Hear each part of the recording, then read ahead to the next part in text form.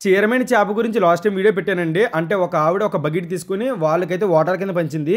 So, దాంట్లో వచ్చిన question ఏంటంటే అసలు ఏంటిది? ఏంటిదని చాలామంది అయితే కామెంట్ పెట్టడం జరిగింది. ప్రతి ఒక్కరికి రిప్లై ఇచ్చాను. ఇదైతే చీరమైన చేప అండి. ఇది కూడా ఒక చేపే. మనకేంటంటే వర్షాకాలంలో పుట్టి మన యానం గోదావరి నుంచి అలా పై వరకు వెళ్తది. ఆ టైంలో మాత్రం తింటారు. ఎప్పుడైతే పై వరకు చేరుకుంటదో అప్పుడు ఇది ఒక చేప కింద అయిపోతది. అప్పుడు దానికి అంత డిమాండ్ ఉండదు. నేను అదే చెప్పాను క్లియర్‌గా. ఇది వెన్న కాదు, ఏమీ కాదండి. ఇది చీరమైన చేప. ఇది కూడా ఒక చేప జాతే. ఇది ప్రెగ్నెన్సీ లేడీస్ ఉంటారు కదా! వాళ్ళకైతే మంచి హెల్తీ ఫుడ్ ఇది. మనకి పులస చేప అనేది ఎంత ఫేమస్సో, పులస తర్వాత మాకు ఈ చీరమైన అనేది మా గోదావరిలో అంత ఫేమస్ అండి. ప్రెజెంట్ అయితే గనక చీరమైన కాలం అయిపోయింది. మనకి నాగుల చవితి వెళ్ళిన వెంటనే చీరమైన కూడా గాలికొచ్చింది, గాలికెళ్ళిపోయింది అంటారు. ఆ విధంగానే ఇది పై వరకు ఈదుకుని ఒక మున్నేడు పరికి చేప కింద అయితే అయిపోద్దండి. ఇది మ్యాటర్. మహా అయితే ఇంకొక 3, 4 రోజులు మాత్రమే అవైలబుల్ ఉంటది.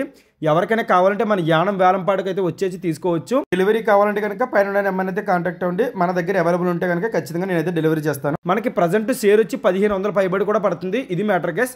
వీడియో నచ్చితే లైక్ చేయండి గైస్. మళ్ళీ నెక్స్ట్ వీడియోతో కలుద్దాం. Thank you so much for watching.